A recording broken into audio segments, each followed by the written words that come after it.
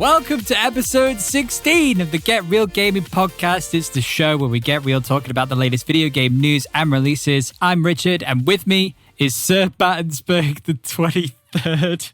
Hello, everybody. I've clipped my mic just thinking about this. Lawrence. Yeah. Lawrence is very, very ill. We almost didn't record a podcast today, but... Yes, he almost didn't let me, but I decided I would play the character instead. Yeah. He's going to do his best, and I'm going to try and carry us through. So, yeah. Before we get going a little bit here, Lawrence... Where's my bubble pipe? Your bubble pipe. Are you doing all right, though, in yourself? It's not... Right. Let's address the elephant in the room. It's not coronavirus. No, it's just... flu. Just flu. So there we go. It just sounds worse because I have asthma. So there you go. Right. Very good. Lawrence, games that came out in the last week. Hang on. Before we continue. Yeah. Let's address the elephant in the room. The second elephant? Second elephant. How's your shoulder? Oh. Well, you're trying to score bingo now, aren't you? You're trying to score bingo now. No. I was at the physio today, and I have a new person now who's really pushing my shoulder quite hard. So we're still doing good. We're still making progress. I was told I can drive now, so that's a good. Oh, that's fantastic news. It is fantastic news. It means that I'll be able to get in the car without my girlfriend having to drive me everywhere. You can get me shopping. I can get you shopping. That's right. So, yeah, progress is still being made. It's still a long haul, but we'll get there. We're getting there. Get real medical. Get real meds. Yeah. Get real meds. What you're on right now, whatever that is. I know. January 28th, we saw Disjunction come out. Ever heard of it? Nope. Me neither. Moving on. Why S? Is that 9 or 11? I can never tell with X and I's and... Monstrum Nox. I've never even heard of this, but it's a PS4 game that came out. Who cares? February 2nd, today, as recording. The only real games come out on PlayStation 5 nowadays, so nothing. Do you remember one of those trailers for a game called Destruction All Stars? No. It's kind of like... Never even heard of it. I think I've seen it somewhere, but I haven't heard of it. Yeah, it was one of those games that got a lot of trailers and a lot of like stuff during like next gen console hype for no reason, and it's essentially just like Destruction Derby but futuristic version of that. Oh yeah, no, I remember. Yeah. So that came out today. Oh, it's classed as vehicular combat, should I say? So there you go. Control Ultimate Edition is out today as well on PS5 and Xbox Series X. The Yakuza Remastered Collection came out on Xbox and PC. I'm very excited. Ooh, that came out on the 28th, didn't it? Yeah. So there you go. Very excited. You're going to check that out. Can't wait to get through all that. Yeah, very good. Oh my God, Lawrence, this is already just... you don't even need to try and put it on. It's an absolute... Right. Very quickly. This is fine. Keep going. What have you been playing this week, Lawrence? And then you can shut up for a bit. Played a bit of Grim Fandango. Oh, back to Grim Fandango. Mm-hmm. The remastered version. Yeah. Played a bit of Football Manager. Always back managing. Yeah, I'm back managing Barcelona this time. Oh, Barcelona. Who's your top player? Messi.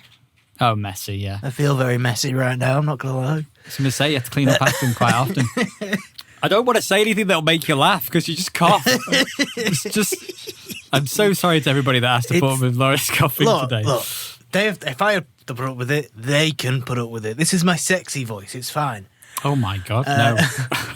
Oh God. Played a bit of Hitman. Oh God.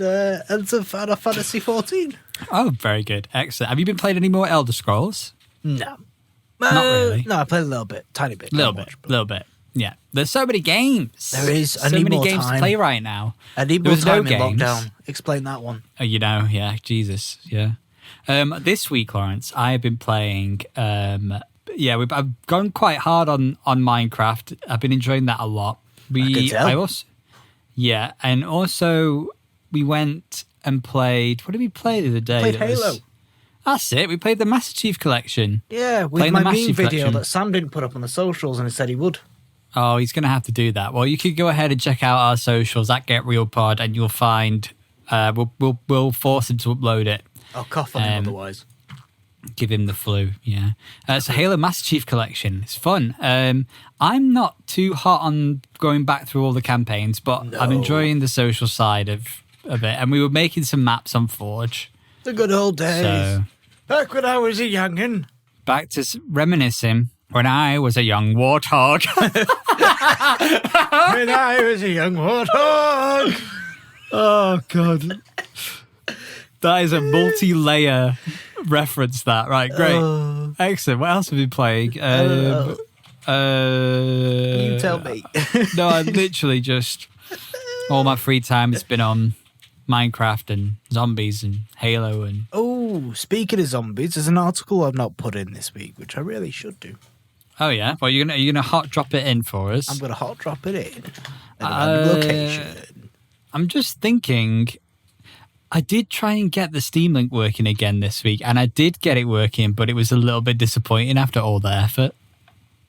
So I won't be doing that again, I don't think. I set it up in the bedroom, and then after I set it up, the latency was a bit rubbish. So it was a bit of a hassle, really, in all. I don't recommend it, quite honestly. No? No, I'd recommend you just set up a console instead and just do it that way. We played a little bit of Dota 2. Oh, yes. So, lots of news coming out of January, going into February. So we've got a games release list from February to March from PC Gamer. Let's have a quick look now. February, we've got Valheim. Also coming out today. I'll have to take a look at that. Viking-themed survival game. Ooh. Interesting. Neo 2 comes out February 5th. Is it pronounced Neo or Nio? I don't know. I think it's Nio 2. Yeah. I'm looking forward to Werewolf the Apocalypse because that's set in the Vampire Masquerade world. That comes out February 4th.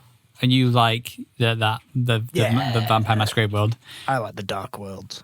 Little Nightmares 2 on February 10th, the sequel to the very interesting Little Nightmares 1, which was a short game. Quite short. From what I played. But it was a unique experience, I think. So I think it's nice. Have you seen what's above it? Hellish Quart, February 16th. Early access, physics-based, realistic 3D sword dueling game set in the 17th century. Local multiplayer supports Steam Remote Play Together, but doesn't include built-in online multiplayer. So honestly, it looks pretty damn good.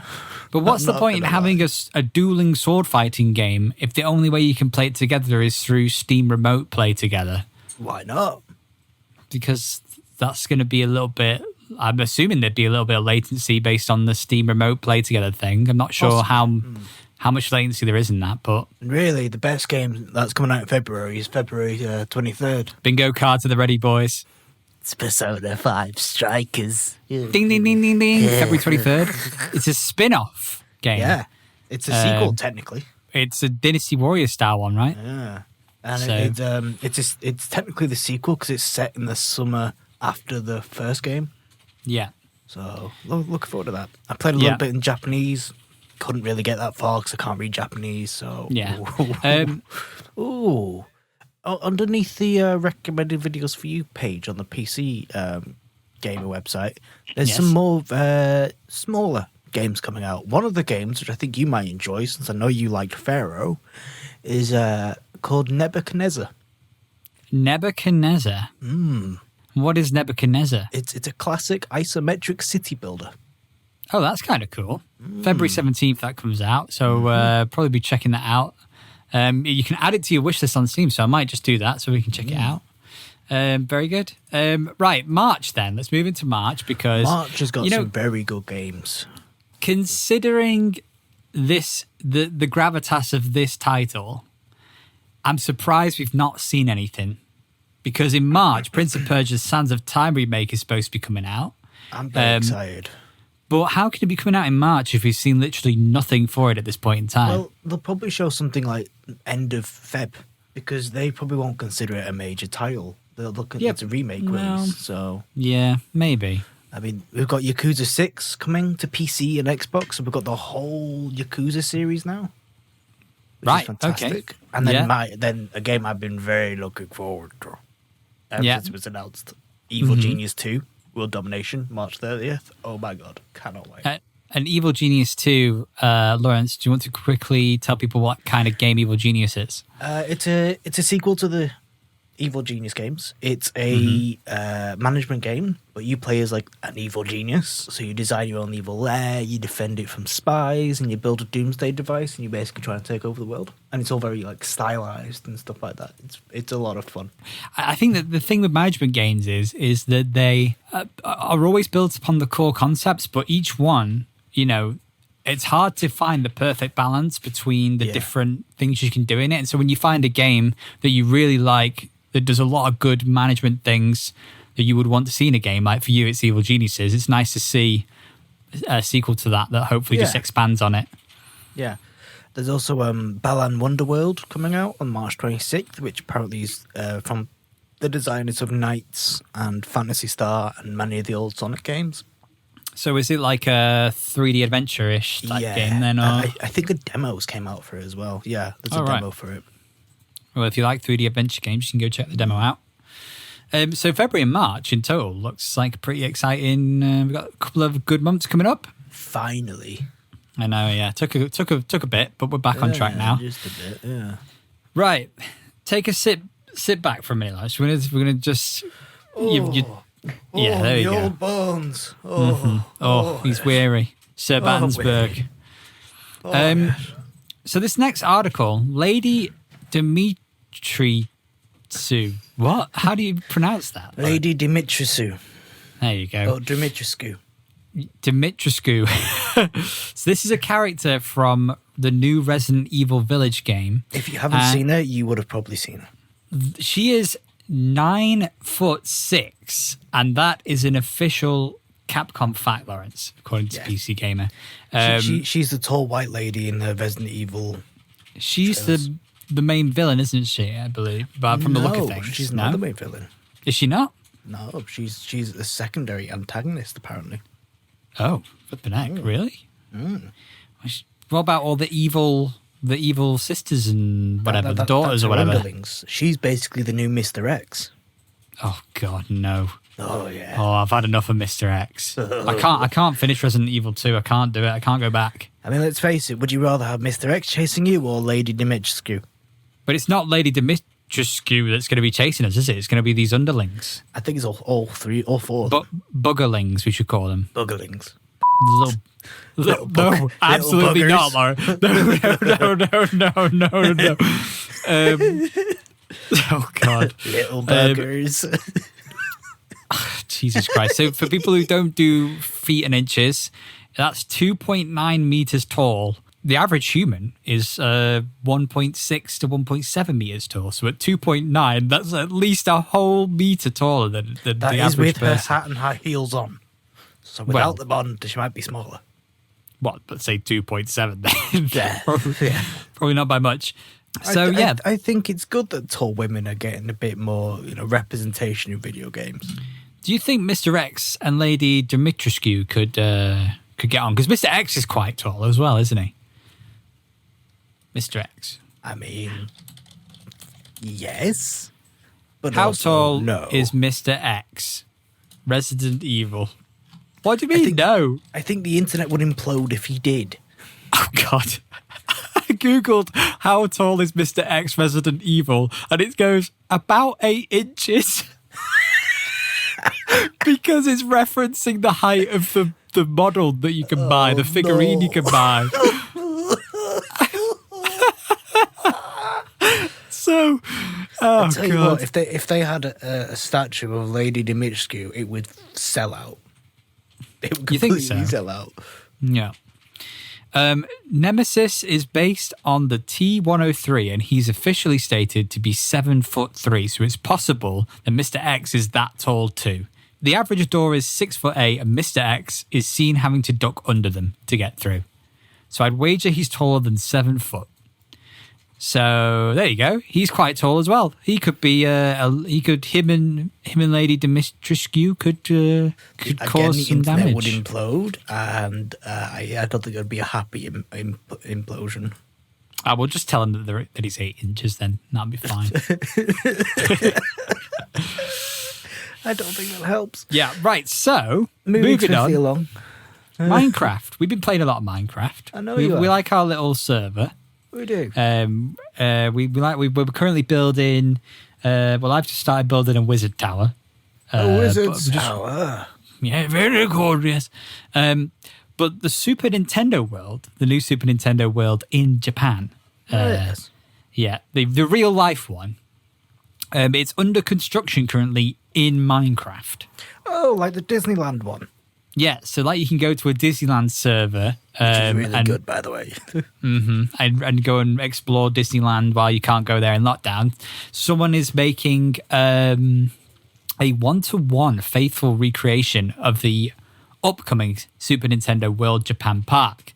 That's pretty amazing, actually. Pretty cool. And looking from the images, you can obviously go and look for yourself if you want to check it out. But it looks amazing. He's added in a lot of assets that are non-vanilla Minecraft. So you've got things like the Super Nintendo World logo is like the actual, like a 3D modeled logo, and he's got a couple of warp pipes that look to the correct scale as they do at Nintendo World. He's recreated those in 3D, obviously not in vanilla Minecraft block. But the fact that he's building it in Minecraft is kind of amazing, kind of as it is. But he's got all the graphics with all the logos of all the different places you can go. Yeah, I think the guy who's making it is called Dippy. Dippy 22. It seems like he's made he's used to these big projects. He's made a perfect recreation of PewDiePie's Minecraft world and Earth in 1.1 scale.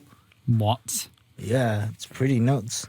Well, there is actually a community Discord that Dippy22 has launched in order to try and get this thing finished. So if you are a Minecraft builder and you want to join the collaborative effort, if you search for Dippy22, you'll find his Discord and you can join in and contribute to building this park with him. Mm-hmm. Very good. It's going to be really cool to see because there's going to be a lot of people who obviously aren't going to be traveling, but they still want to go and enjoy what the park kind of, would be and what it would look like without actually having to go. So this is the second best thing, I would suppose. Right. This is the Call of Duty sneaky one. Firebase C, for those that don't know, is the next Zombies map, free DLC for Call of Duty Black Ops Cold War. It continues on from the Easter egg story of the first one, D Machine, which was basically there's a story about carrying on from the legacy of the old zombie storylines. We've got returning characters and new characters. And yes, this new Firebase C map is coming out this week on the 3rd, so tomorrow, actually. The 4th for the UKers. Yeah, so Treyarch's tweet here is announcing the date and is also announcing something interesting here. So it says, I'll just read the tweet. Our new Black Ops Cold War content update will go live 11 p.m. Pacific time, February 3rd, 2 a.m. Eastern time, February 4th, 7 a.m. GMT, so that's British time. Which is interesting. We all thought it would be the 5th. Yes, we thought it was going to be Thursday, but actually it's Friday, but it's now Thursday. Oh, God, my mind. I mean, it's Thursday for us, anyway. Yes. This will include the immediate launch of Firebase C, Express, new modes. So Express, by the way, is an old map being brought into the game. So it's a remastered map. New modes and playlists, 4 additional prop hunt maps. Yeah, and much more. Bench power. And then they go on to say, the main Easter egg quest in Firebase C will be disabled at launch until 9 a.m. Pacific time, 12 p.m. Eastern time, and 5 p.m. British time on Friday, February 5th, to make sure that everyone can start the hunt on equal footing. So there's no bloody point playing on Thursday then? Yes, there is. Because you get to grips with the game and get to grips with the map and stuff. Because what you want to get to grips with my Easter egg. Yeah, I know, but when you get in for the first time, you're not going to be doing the Easter egg straight away. You're going to want to play a few rounds where you're just exploring the map, getting your surroundings, finding out what's what, looking for potential Easter eggs. Have they fixed the game yet? What's wrong with the game right now? I don't play with multiplayer. It's terrible. Oh, I don't play multiplayer, but what's wrong with zombies? I sound like one. That's what's wrong with it. It's like That's shooting my true. own brethren. That is very true. Yeah, and but I'm actually surprised at how well you're doing, Lawrence. So Thank you. very good this week. You're doing a fantastic job. So yes, I'm Firebase C. I'm sure we'll be talking about that next week. Very good. I won't be able to contain him. I'm sorry. And no, you can't. I'll be like, we've done the Easter egg. It was fantastic. Right. New info teased for BlizzCon, which will take place online later this month. So this is going to be BlizzCon at the end of February. And it's all online. There is already a pre-show welcome video on BlizzCon 2021's YouTube. Let's have a quick look. I'm not gonna lie. I'm a WoW player. Everyone knows I'm a WoW player. I'm not looking forward to this. Okay, so tell me why you are hesitant. Just because it's going to be the same crap over and over again, and all the same lies and all sorts. The same lies? I'm very disgruntled with the Blizzard What did team. they lie about last time? Well, they offered all this magical, really cool WoW expansion, and it's terrible. Like, Just you not either good. hate it or you love it. It's one of the two, and it's just majority hate it. But playing devil's advocate here, for those that love it, that they did deliver for those people. Yeah, but a lot of those people are now starting to turn to the hate side. So it's Because just of in lack time. of content. Just in time for their BlizzCon event to get everyone back on the hype train. Choo choo, here we go. Pretty much, yeah. Yeah, very good. Well, it's a free event, so anybody can watch. Obviously, it needs to be a free It's the 30th event. anniversary of Blizzard. Oh my God. So this You year, old bastards. do you think they're going to need to really pull out all the stops, all the hype? stops. Yeah. I expect what they always do, which they'll show off what's ahead for this expansion. They'll want you to buy their in-game stuff, which we've got a collection of celebratory collections. Yeah. Here, and it's just And there'll be anniversary stuff and things like that. But I mean, the thing. to make sure you don't bleep me later, just feck off. Thanks, Cyrus. You're Very welcome. thoughtful of you. The thing is, though, with these BlizzCon events, right, they kind of have to do all of that work and talk quite more in detail, a bit more about the business stuff as well, I'm assuming, because they are like a publicly traded company. Well, I get that, but half the time when they're saying all these new interesting things, it's not what the players want. It's for the investors. It's always been for the Yeah. investors. Yeah, well, the investors make the wheels turn, so Well, they should. And That's I think GameSpot. That's GameSpot. GameStop shows that it's not just the investors that rule the world. no, that's true. I'm Obviously, getting political. Well, yeah, a little bit. But that's okay. The stocks are still going a bit mental. So instead of talking more in depth about them, we're just going to let them play out a bit longer and see how that's going. But I ran out of popcorn. yes, I think people are trying to move to different. I mean, half of the stock, the online Redditors and Discord groups, they're trying to hold on to just focusing on one thing, and a lot of people are moving to different things now. So we've seen Dogecoin over the weekend. We've seen I guess Thursday, Friday actually, because over the weekend it was a bit slow. But we've seen AMC was a new target. Now the media is trying to push silver in order to create another distraction. So it's a very strange area, stocks and crypto at the moment. Right, Dragging it back to BlizzCon. dragging it back to BlizzCon. realised the Final Fantasy XIV FanFest is also in February. Okay. So it's going to be, and their Final Fantasy is Blizzard's main competitor right now in the MMO Interesting. sphere. So it's going to be direct comparisons. It's going to be an interesting month. That's all I'm saying.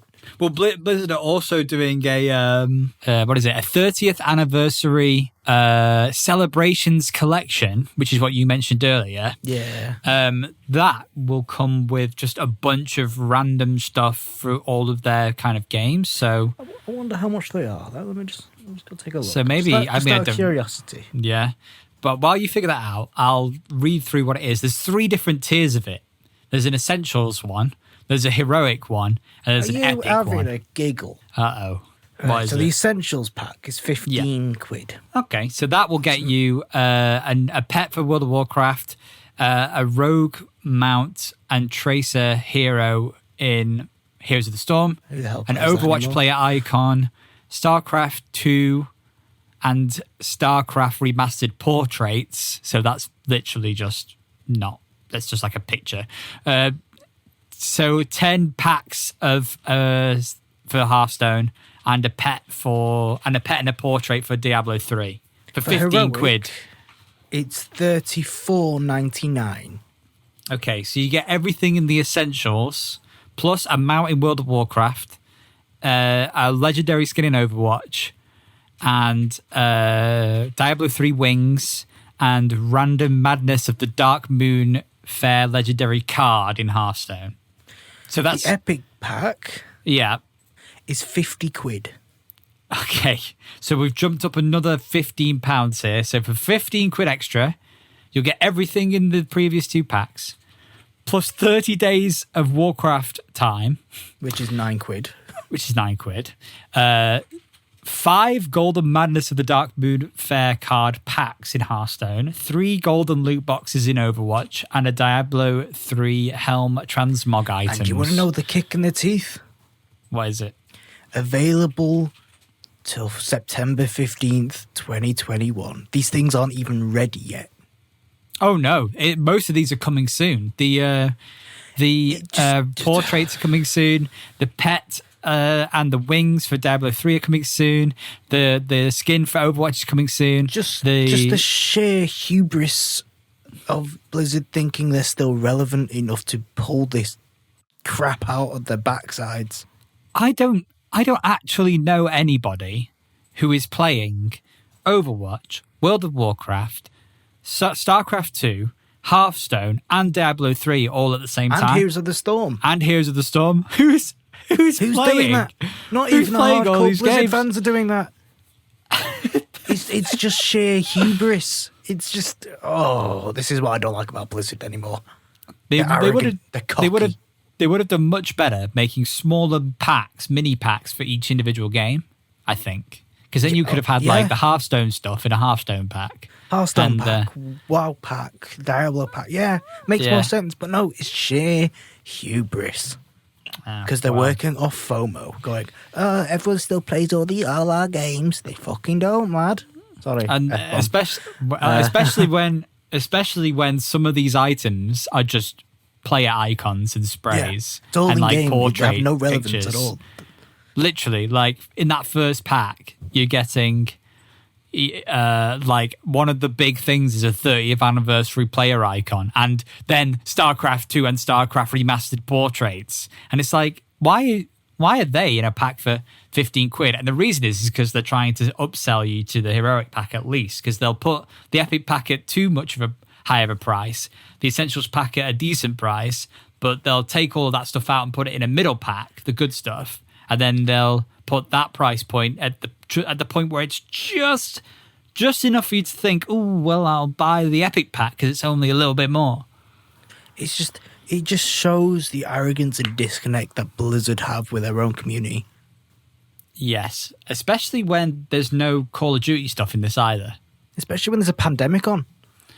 But I just, I know that Call of Duty isn't a Blizzard title and they're just publishing it, but literally, like, they would do so well with like a Call of Duty pack at this point. Well, I mean, I get it's only Blizzard games because it's for BlizzCon, and it wasn't developed by BlizzCon or published by BlizzCon. It was it's only sharing the Battle.net launcher. But as a partner, because now Call of Duty franchise is like the partner of Blizzard launcher, of Blizzard on PC. Like it goes through Blizzard. Well, it goes to the Battle.net launcher. It's not. They're not. Blizzard has nothing to do with it.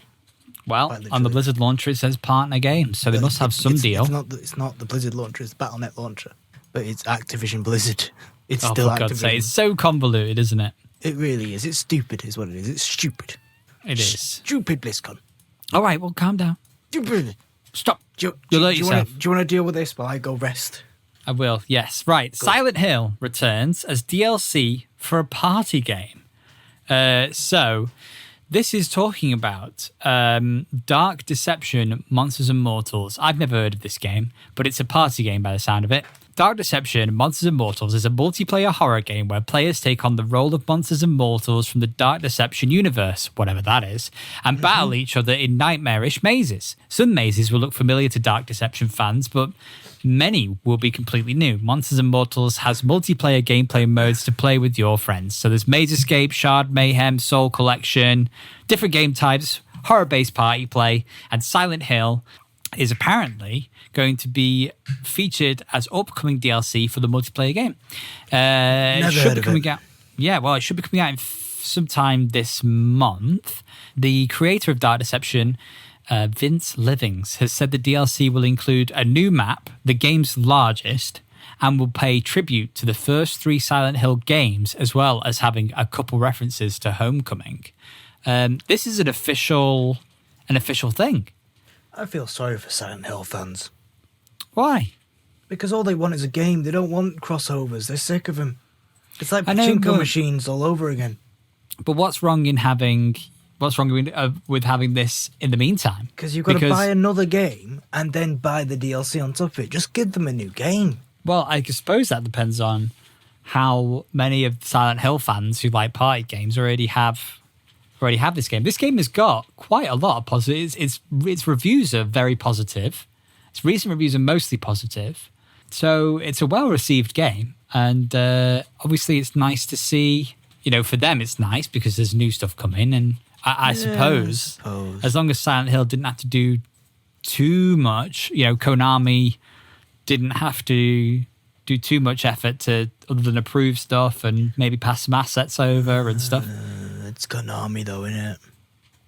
Well, if you're a Silent Hill fan, it's a £7 game on Steam, and then I don't know how much the DLC will be, but judging by the other one, it'll probably be like £5 or something. Mm-hmm.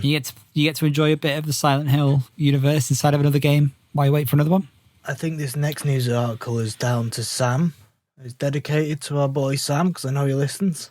All right. Yes, you're right. I was looking at a different article for a second then. That's not right. So, to Sam then.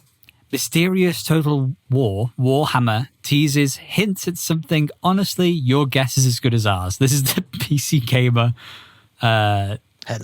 headline here. Is it DLC, an update, or a new game? A 50-second teaser video was posted across Total War Warhammer social media late yesterday, and the speculation engines have begun revving up to speed. So this is a teaser video. It's only 50 seconds long. We're looking at, as I don't know any of the Warhammer characters, but it looks like a Centurion Guard looking over an observer tower. And the observatory has got a big telescope looking up to the stars, and there's a wizard, and the wizard is looking through the telescope, and he's looking at the stars, and then there's a bright light, and it looks like a big meteor or shining star or something, creating a constellation, and there's all sorts of stuff going on, and it looks very magical, actually. Ooh. Well, let's hope this one's got crossplay between Mac and PC, eh? Well, we don't know what it will be, actually. Warhammer never seemed to me to be the kind of game that has that kind of wizardry and magical... Yeah. Especially the Age of Sigmar, which is what the Warhammer's on. It's got magic and stuff like that. This seems to be quite heavy into it, though.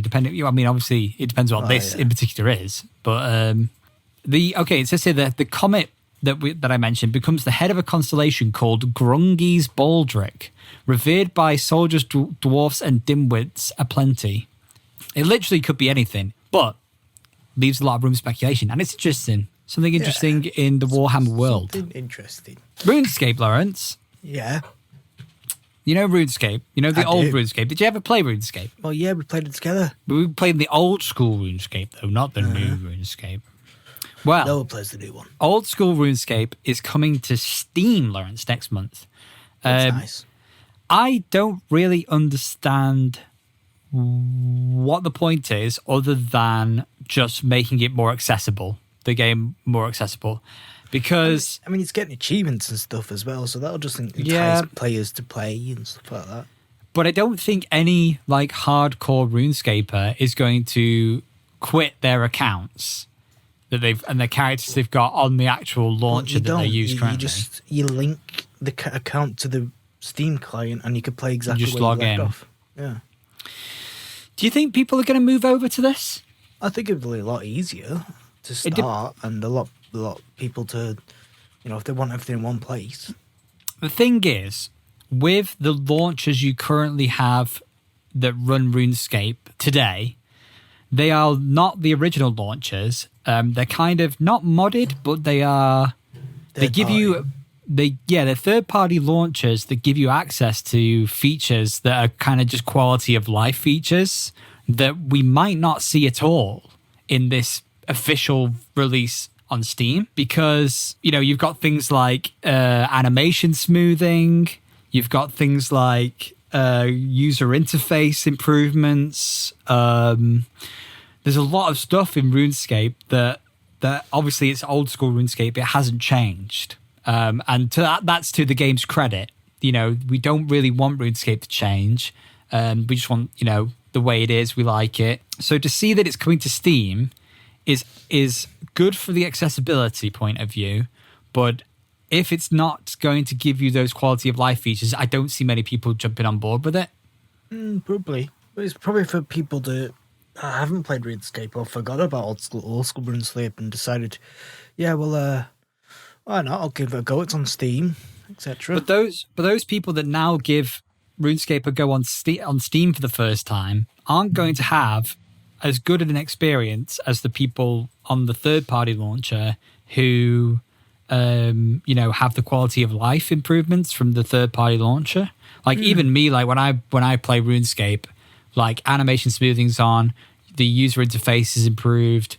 I'm getting higher quality graphics. I'm getting a much larger draw distance. Those are things you can't do on the native version of the game. So I'm wondering whether that's going to affect those players, the new players, trying to try it on Steam for the first time. Maybe. But I'll have to wait and see with that one. I think we'll probably have to come back to this article when it comes out, which is going to be March, and we'll discuss then what we think of RuneScape on Steam. I think we'll have to come back to that one. Okay.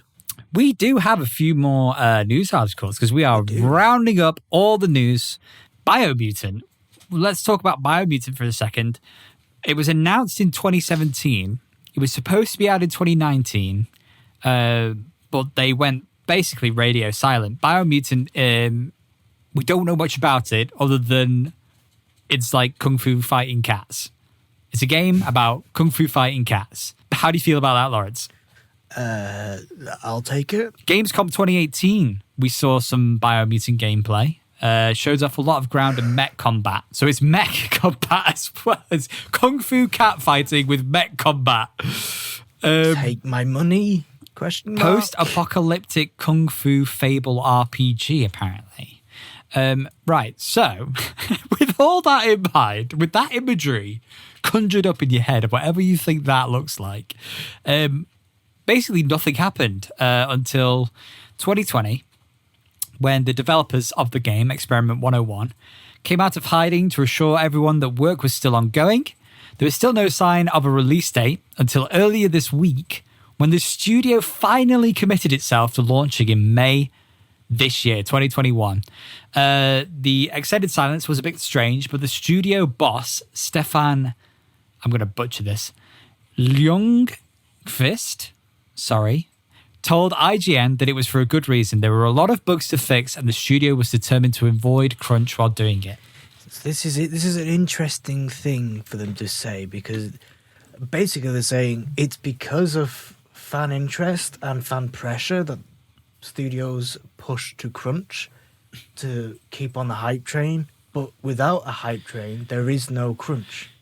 Mm-hmm. Do you think this should be the new gold standard in video game development?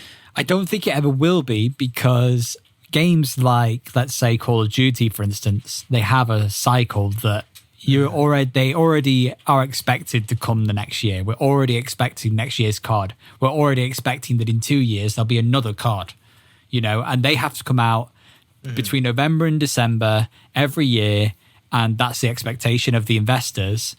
because there's obviously a lot of, stuff around crunch and trying to avoid crunch. Do you think that people will push for this now? The kind of investors that back the hell off, because we found out with Cyberpunk it wasn't the investors, it was the head of development, it was the leads. Do we think the unions would push for this? I actually think that what we'll see is not a trying to avoid crunch in terms of, let's say we're making a game and then go quiet. I think what we'll just see is more people, more companies not announcing new games until they're ready to announce new games. Yeah. Because a lot of the time, what's happened in the last year, and the last few years even, is we've seen companies go, well, wait, we're making a game! And it looks like this, and it's called this, and it's gonna be like this. And everyone goes, oh my God, that's great! And then literally, don't forget about us, but we're excited to tell you about this game. And then years go by, and you're like, huh? Like, if Biomutant, if Experiment 101 hadn't announced Biomutant in 2017, at this point in time now, we might, last year have heard about this game instead. And there'd be a bit more generation around it. Yeah, and it would be more like, it's going to be a next-gen game, it's going to be kung fu fighting mech cats, it's going to be crazy, and then they could roll the hype train. Yeah. But now we haven't heard of this game in so long. I'm actually excited for it, Yeah, in this situation, it makes me quite interested. Yeah. This is a game that's now been in development for more than 3 years. And, I guess it's just going to be an interesting one. It's kung fu fighting cats. Yeah, I mean... The cat's got a sword. What more do you need? It's a sword and a gun. And a gun, at the same time. It's like being Shadow the Hedgehog all over again. And probably a mech warrior. Yeah, why not? Yeah. Sign me up. So I wonder how many more companies now have looked at the Cyberpunk situation and gone, we'll probably have to wait a little bit longer now. And I think with these smaller companies, they can afford to do that as long as they can keep running the team without investment. Yeah. Like in this situation, you've got THQ Nordic, who have, obviously they're funding this. So they're in a really good position in that situation. But, they have said to believe that the Harry Potter RPG has been delayed because of the Cyberpunk. Yeah, and I think that's probably the best things to be doing at this point. We haven't got too much long left, so I'm going to rattle through some of these last news articles here. Okay. Warner Brothers filed a patent for the Mordor Games' Nemesis system. So this was the system inside of the what were the titles called of the games? It was Shadows of Mordor, Shadow of Mordor, and Shadow of War. Shadow of War, yeah. They had a system known as the Nemesis system, where if you fought like orc leaders and other enemies in the game in the Lord of the Rings universe, if they killed you or something like that, they would remember. So the next time you went and fought them, they would be laughing about how they just killed you and we're going to do it again. Can they do this? Well, obviously that is just one example of the system working. The Nemesis system was quite complicated and didn't just do that. It did a lot of things relating to the relationships between you and your enemy and recruitment and things like that. There was lots of different pieces of that puzzle, and they filed the patent based on that.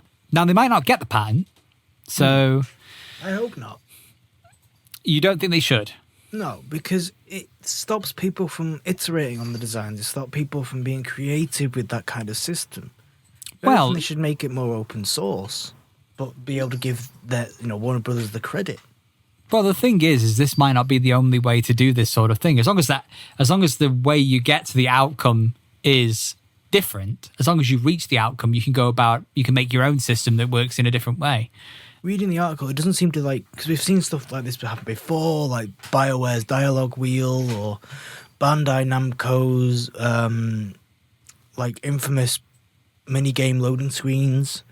It hasn't stopped other people from doing a twist of the idea, which is what I was worried about. Yeah. So, I mean, they are comparing it to the pattern of the floating arrow that told players where to go in Crazy Taxi, which was part of a lawsuit Sega filed against Fox Interactive in 2003 after Simpsons The Road Rage used the same mechanic. I've just read the last part of the article. The suit settled out of court for an undisclosed amount. Let's have a look. What's going on about the end of the article here? If you've spent this whole post confused because you didn't think video game mechanics could be patented, you're actually thinking of copyright. Right. So patented and copyright is two separate things. That's why I was getting confused. Yeah, because the outcome can be the same thing. You can, if you patent a door hinge, it doesn't mean someone else can't make a different door hinge. So as long as the door still opens, it doesn't matter how you make the door hinge. So this is that situation where they want to patent their method of doing this, just to protect it or license it even. Just so that people can't steal it and say they came up with it. Okay. No, I don't think it's a stealing thing. I think it's because it gives them opportunity to, let their work be used on license basis to different games, I suppose, which is just a business thing, I suppose. Quite interesting. Well, we spent 4 minutes talking about that, which is fantastic. So let's we've got 3 sad topics, I think, coming up. Why have we got 3 sad topics at the end of this? Well, there's a good topic at the end. It's like a cool topic. Okay, we've got to get through the third act now, guys. So we won't linger too long, but there was more Resident Evil Village news this week, which was very sad. The actor Jeanette Mouse, who was the actor for Resident Evil Village's Bug-Skinned Witches, sadly died earlier this month at 39 years old. Very young. I believe it was a type of cancer, was it? Oh. Yes, she'd been diagnosed with colon cancer last April. And she already had, there was already a GoFundMe campaign that was helping her to pay her medical expenses. Yeah, it's just sad news. Horrible. Yeah, it's very sad news. So young as well, but she had worked quite hard leading up to this point, so her work will obviously now live on, which is great. Beyond giving terrifying life to Dimitrescu's accomplices, that is such a hard name. She was an accomplished acting coach in West Hollywood, sported acting roles in films like 2020's Charm City Kings, and was credited with writing 2008's My Effortless Brilliance. While Resident Evil Village would have been her first game acting credit, the Resident Evil community has shown an outpouring of support for the late actor. So, very sad news, but, her work will now go out to everyone affected by her loss, and it is a sad thing. Yeah. No one wants to hear anyone pass away. No, definitely not. Moving on to another bit of strange news. A 4-year-old was referred to the UK's anti-extremist watchdog over Fortnite comments. This kid was overheard talking about guns and bombs after watching his cousin play Fortnite. Police were reportedly sent to a family home in 2019 as part of the UK's government's Prevent strategy, which is an anti-extremism scheme, after their 4-year-old son was overheard talking about Fortnite in the playground after school. The Guardian reports that the West Midlands boy was referred to the scheme after talking about how his father had guns and bombs in his shed, but according to transcripts of an interview with the after-school club worker, the kid had simply been watching his older cousin playing the game over at his father's house the night before. His excitable recollection taken out of context in reports. So just let's just feel like egg on face on everyone involved. Yeah, and it just So, long story short, the kid basically too excited about Fortnite, talked about it too realistically, put on a anti-extremism watch list in the UK. Hell? Very strange story indeed. Very strange. He's 4. What's he gonna do? It's not the fact that it's him. It's the fact that he was talking about his dad having guns and bombs in his shed. So talking about how rubbish the Steam Link was earlier in the podcast, Google Stadia, not the same, more like a modernized service-based Steam Link, has shut down its internal studios, changing its business focus entirely, according to Kotaku. Google Stadia. I love how the article starts, the late 2019 streaming platform. Not as if to say it's dead, but as if to say it came out in the late 2019. But yes, it is dead. The promise to revolutionize gaming by letting users stream games without needing to own a powerful PC is altering course, getting out of game making business, and will now offer its platform directly to game publishers alongside offering Stadia Pro to the public. What sort of business move is this? Is this like... This is what's known as a technical term as clutching for straws before the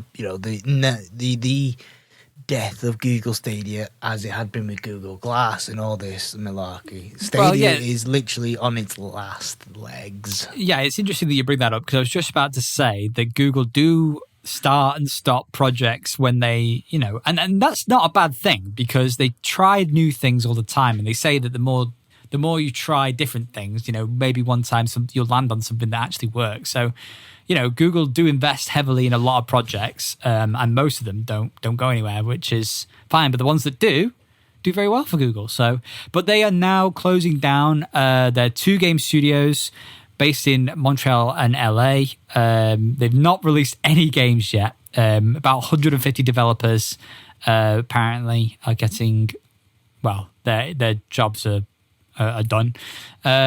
So they're now just going to be a streaming service, I guess. $10 a month for Stadia Pro, and it will continue to run its service, but won't be making any games. I think the Stadia Pro needs to offer games as well as just run them. I'm going to be honest, I didn't even know that they were making games. I didn't even know. I thought they were literally just a service. To be honest, for me too. Finally, Lawrence, today we're going to end on a high here. I say a high. It's on a weird. We're ending on a weird. This relates to, I think, a topic we were discussing, I think, last week. What were we discussing last week that this relates to? Gabe talking about brain games, like playing games within your brain. Right, and he said, yes. Well, why hasn't anyone like Elon Musk made something? Well. Yes, well, Elon Musk's brain company, Neuralink, I think it's called. Is this that one? Is this Neuralink? I'll find out in a second. Yeah, Neuralink, yeah. These are the people I was talking about last week. They hope to make a cyborg monkey play mind pong. Elon Musk claims one of his companies, which is Neuralink, has implanted a device into a monkey's brain and hopes to make it play mind pong with another cyborg monkey. So when we're talking about a cyborg monkey, we're really just talking about a monkey that's had one of their Neuralink brain chips implanted. We are basically heading into Sword Art Online territory here. And they want to use the brain waves that is being detected by the chip. Well, we call it a chip, but it's like a mini disc that just monitors. I say just monitors. We don't know how serious. I mean, I don't know exactly how much interference this chip can do, but if it kind of can read the waves in a way we don't understand of the mind, the brain waves, and use that to control a game of mind pong with another monkey who's got another chip in his brain. This could be revolutionary. This could change everything.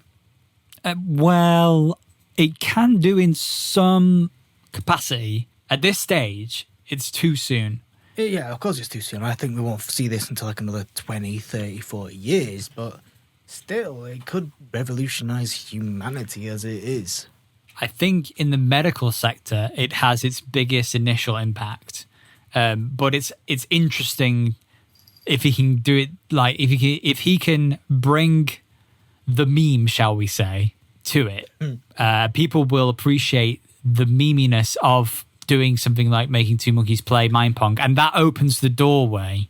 I mean, it's Elon Musk. Yeah, that's how he does it. Yeah, that's him. It opens the doorway to the possibilities of those people seeing it used in other applications. So I think it's a very smart play. Obviously, Neuralink is much smarter than... Maybe Gabe was onto something. Well, Neuralink has been a company that's been around for years now. It's been a few years. This isn't new stuff that we're talking about here. Gabe is just reiterating what Elon Musk has been saying for the past several years and been working on for the past several years. He's not some genius who's just come up with the idea of brain games, so he's just jumping on board, I think, with what Neuralink's been working on. And if anyone's worried about the monkeys and the animal welfare, an inspector from the US Department of Agriculture said that the Neuralink laboratory was the nicest monkey facility they've examined. So that's also good news. We don't want the monkey to be harmed in any way. Yeah, and these days, I say these days, Neuralink's built machines that do these implants and operations like automatically. Like they are automated. They are obviously they're manhandled to a degree, but the process is done in such a way that there's as minimal room for error as possible when doing something like this. Yes, okay, it is animal testing to a degree, but it's not like they're testing cosmetics or it isn't going to impact the life of this monkey, I guess, in any way, other than the fact that it's in this laboratory. And yes, okay, I know it's great, it's horrible, but there you go. Right, okay. That's the end of all of our news this week. Lawrence, you made it through. I did. Do appreciate you being here today, and I'm sure the listener at home prefer to have something to listen to than not. So if you want to get in touch and let us know and send Lawrence your best wishes, you can do so on all of our socials at GetRealPod. We also have a new email address, Lawrence. We have our own email address now. Yes, it's getrealgaming@gmail.com. Getrealgaming@gmail.com. So you can email us directly, not through GetRealPod anymore. Yes. You can send us an email and we'll pick that up straight away. You can also go to getrealgaming. I keep forgetting the link for this. We have a place you can send us voice clips and it'll be in the description. If you want to send us a hot take on something that maybe we can use in an episode, feel free to do so. Spicy hot take. But until then, Lawrence, I hope you get better within the next week. And I hope everyone listening at home stays safe. Thanks for listening. And we'll see you next time. Bye. Bye.